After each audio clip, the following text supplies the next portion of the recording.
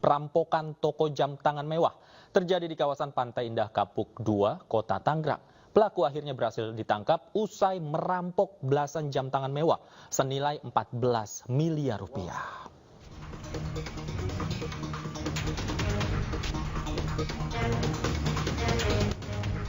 Beginilah rekaman kamera CCTV. Detik-detik perampokan toko jam tangan mewah di kawasan Pantai Indah Kapuk 2, Kota Tangerang. Pelaku yang beraksi seorang diri mengancam 3 pegawai toko dengan senjata tajam. Pelaku mengarahkan pegawai toko tersebut ke sudut ruangan. Pelaku kemudian menuju toko jam tangan mewah di lantai 2. Lagi-lagi dengan senjata tajam, ia mengancam salah satu pegawai wanita dan memaksanya untuk membuka etalase jam tangan mewah. Korban terpaksa menyerahkan 18 unit jam tangan mewah senilai 14 miliar rupiah.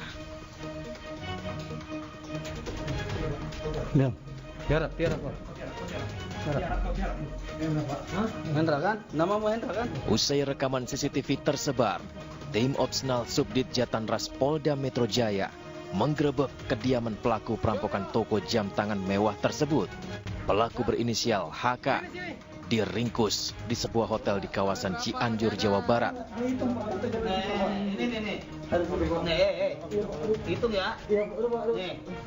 Pelaku tak bisa berkutik saat dikepung petugas.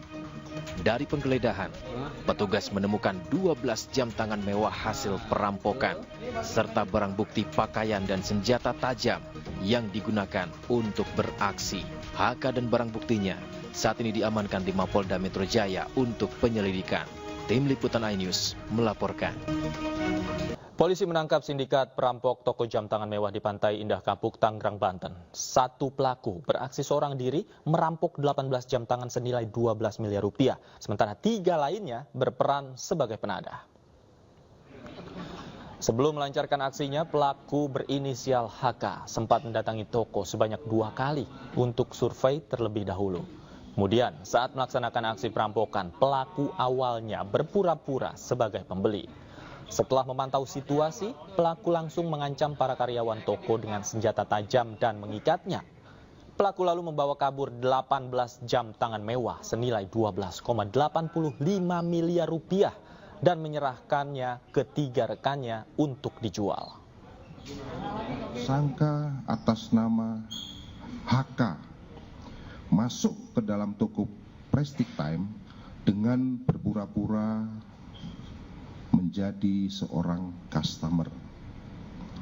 Setelah beberapa saat memantau situasi dan diketahui kondisi ruko khususnya di lantai 1 toko dalam keadaan sepi, maka tersangka HK mengeluarkan pisau dan menodongkan pisau tersebut kepada 2 orang karyawan yang ada di dalam toko khususnya di lantai 1. Kemudian tersangka HK menyuruh kedua orang karyawan tersebut untuk masuk ke dalam fitting room. Selanjutnya, tersangka HK mengambil handphone milik karyawan, kemudian melakukan ataupun mengikat tangan para karyawan dengan menggunakan kabel ikan diri dengan membawa hasil kejahatan berupa 18 unit jam tangan mewah yang mana berdasarkan laporan polisi ke 18 jam tangan tersebut diperkirakan bernilai 12,85 miliar. Kemudian modus operandi daripada tersangka melakukan kejahatan berupa perampokan tersebut yaitu pada awalnya tersangka HK ternyata sudah mendatangi toko tersebut sebanyak 2 kali.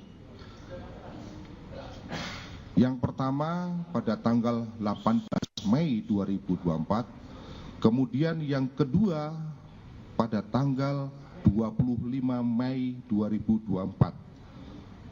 Adapun maksud kedatangan tersangka ke toko tersebut adalah melakukan survei terhadap lokasi dan datang sebagai ataupun berpura-pura sebagai.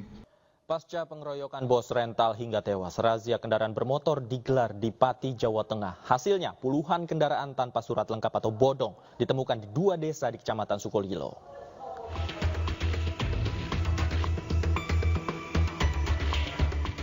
Razia kendaraan bermotor digelar di Kecamatan Sukolilo, lokasi tewasnya bos rental, usai dikeroyok warga.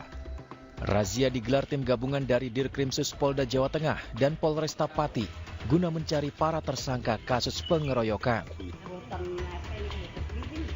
Meski tidak menemukan keberadaan pelaku lain, namun polisi berhasil mengamankan 33 motor dan 6 mobil yang tidak memiliki dokumen resmi atau bodong.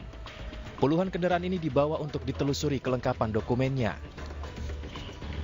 Dapatkan kemungkinan besar Kecamatan Sukolilo merupakan kecamatan yang diduga awal sebagai kecamatan yang ada kelompok yang melakukan pengumpulan kendaraan bermotor tidak resmi, bisa dikategorikan penada.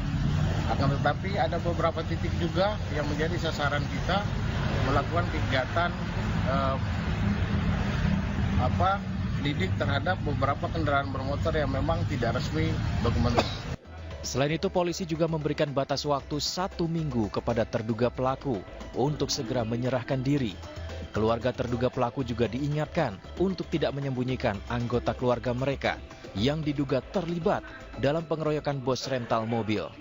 Kuasa hukum Peggy Setiawan melakukan perlawanan dengan akan mengajukan gugatan pra-peradilan. Sementara itu, Polda Jawa Barat mengaku siap menanggapi gugatan tersebut.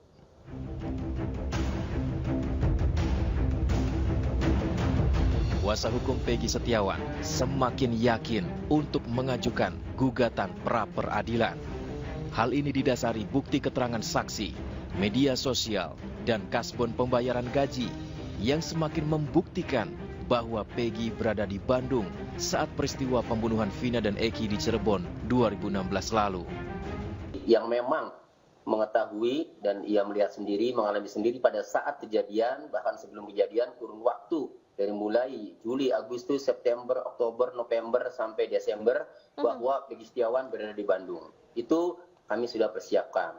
Selain itu juga kami menyiapkan juga jejak-jejak digital, bahwa dalam kurun waktu dari mulai 2015, 2016, sampai 2017, 2018, Peggy Setiawan itu ya update terus statusnya, tidak pernah mencerminkan seorang buronan yang ngumpet, yang bersembunyi, selalu update, bahkan update lokasi kan.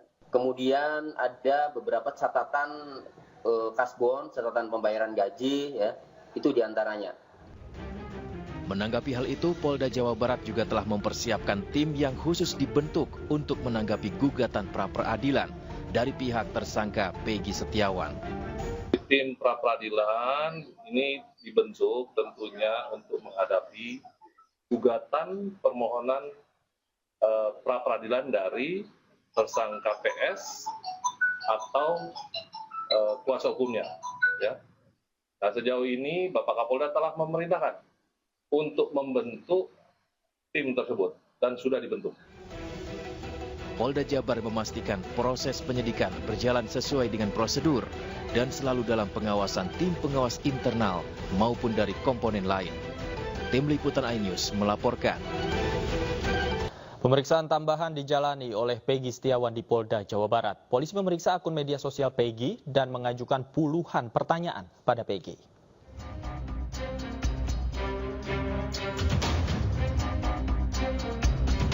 Polda Jawa Barat kembali memeriksa Peggy Setiawan alias Perong. Pemeriksaan tambahan ini dilakukan untuk mendapatkan bukti pendukung kasus pembunuhan Vina dan Eki.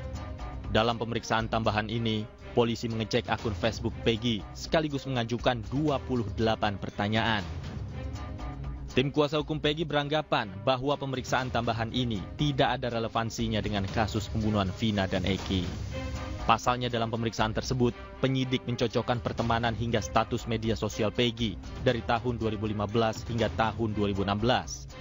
Dari akun media sosial Peggy terungkap jika pada 27 Agustus 2016 Peggy tidak berada di Cirebon.